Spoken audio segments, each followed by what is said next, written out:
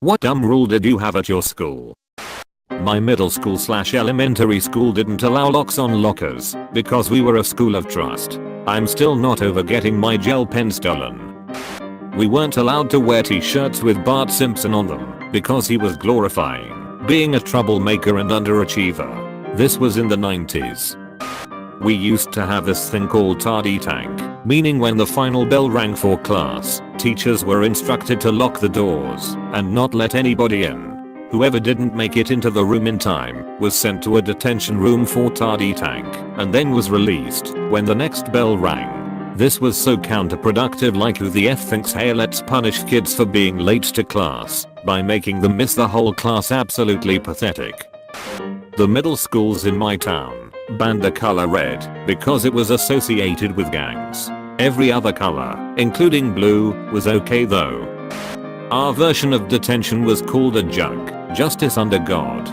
If you were lucky, you got to do cleaning around the school and were done pretty quickly. If not, you had to sit in a classroom and write out the long subtraction math from 200 to 0, subtracting 2 and adding 1 200. 2 equals 198 plus 1 equals 199, all the way to 0.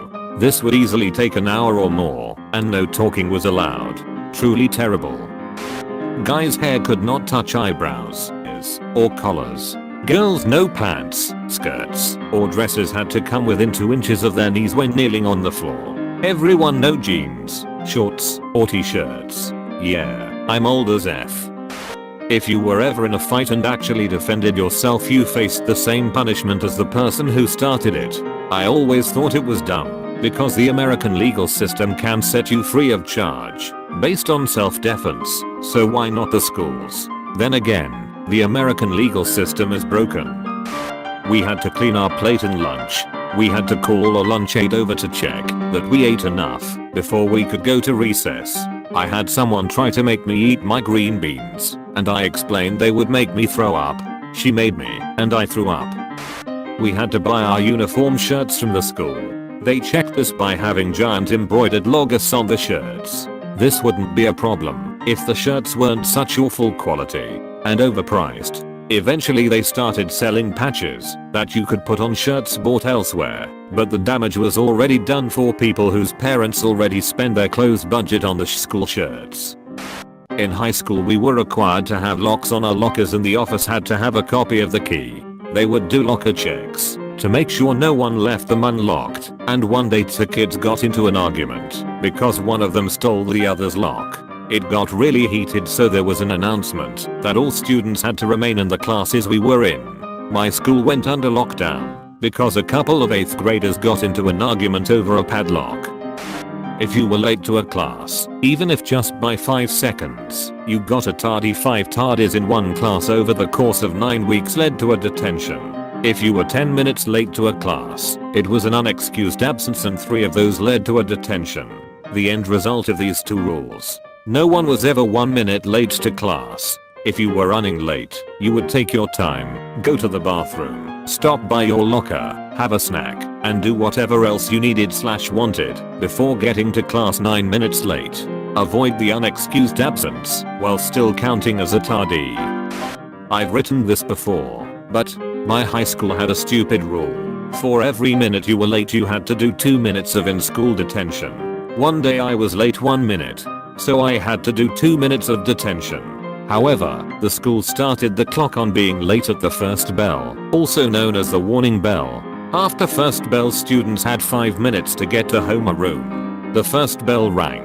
I walked in a minute late. I was told I had to do 2 minutes of detention. I asked when. I was told immediately.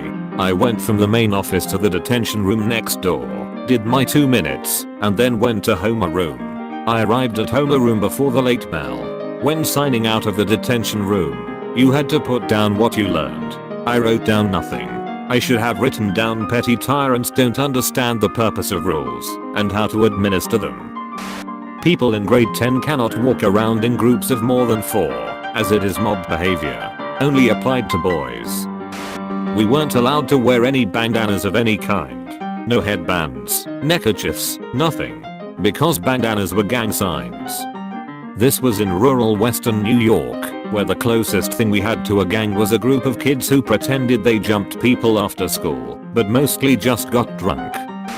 We had 20-minute breaks at about 10 AM and 40-minute lunch breaks at about 12 PM. On the first break you could only drink water or eat fruit. If you ate or drank anything else, detention. After school. For an hour, until they introduced 30-minute after school detentions due to parent complaints. I told this story before, but I'll retell it, because it was absolutely stupid on my HS's behalf. When I entered as a freshman, the entire school was open campus for lunch, had been that way for decades. Even my parents had open campus there. But some of the sophomores were acting up off campus, so our principal, in his infinite wisdom, decided that starting next year our high school would only be open campus for juniors and seniors. Think about this, the sophomores, the ones who were causing the trouble, but became juniors next year, therefore this new rule didn't apply to, weren't punished for what they did, but the freshmen, who then became sophomores, but weren't the ones causing the trouble, it did apply to. So I had open campus my freshman, junior, and senior year. It was closed my sophomore year. That was so damn stupid. If you were tardy to school, you got a punishment. Each time you were tardy, the punishment was as follows. First, warning. Second, warning. Third, 15-minute detention. Fourth, 30-minute detention. Fifth, 1-hour detention. Sixth, silent lunch in our OTC room. 7th, restart at 3rd and repeat. If you didn't show up for your 15-minute detention, it became 30 minutes, then an hour, then silent lunch. And here's the other kicker. No punishment at all for absences, unless you made a habit of it. What I'd do, is when I was on my 3rd tardy I'd never show up to the detention. I just let it escalate to the silent lunch, and I'd only do that when they pulled me out of the lunchroom to serve it. Why would I waste 15 minutes or an hour after school when I can serve it during school and just eat without my friends for a day? Then there were of course the times I'd be late, so I just didn't go. Did the administrators even think about this punishment escalation before they implemented it? A bunch, some of which are already posted here. If you defended yourself by retaliating in any way after being assaulted, you faced the same punishment as the assaulter. Zero tolerance policy. No red shirts on Fridays due to gang affiliation. We were middle schoolers. Had to wear student IDs at all times. If your ID was worn down or lost, you were sent to the office to purchase a new one. If you didn't have the funds, you were suspended for the rest of the day. If you were in the halls even a second after the bell rang, and one of the security guards saw you, you got a detention. No phones at all, at any time of the day. Not before class started, not in between classes, not during lunch. Your phone was to be off and inside your locker at all times. If you were caught, it was confiscated for a day 3 times, and it was confiscated for the rest of the year. This one didn't go over well. For a brief period in junior high, the school decided that the only way to solve their epidemic of students stealing lunches was to force the students who were buying lunch to sit on one side of the cafeteria and the students who brought their own lunch from home, brown baggers, to sit on the other side. Now since all my friends bought their lunch, but I brought mine, that meant I couldn't sit with any of my friends. So of course I protested, sat with them anyways, got dragged in front of the principal, passionately pleaded my case, and then a week later, that policy completely disappeared. I still don't know why they didn't at all think it was the lunch lady's responsibility to make sure students going through the line and getting food were actually paying for it though. 6th graders, and only 6th graders, were not allowed to draw anything during school at any time, any place, unless it was an actual assignment from art class. The stated reason was that they were worried about kids drawing gang signs, but this was a rural town with positively no gang activity. B. The school was grades 5 to 12, so why were 6th graders specifically the ones who were banned? And C.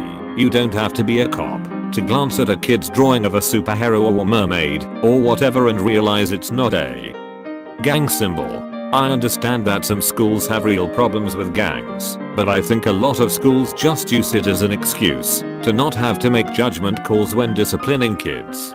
Still don't get the 6th grade thing at all. Maybe the 6th grade art teacher was worried she'd be out of a job if kids could learn to draw without her?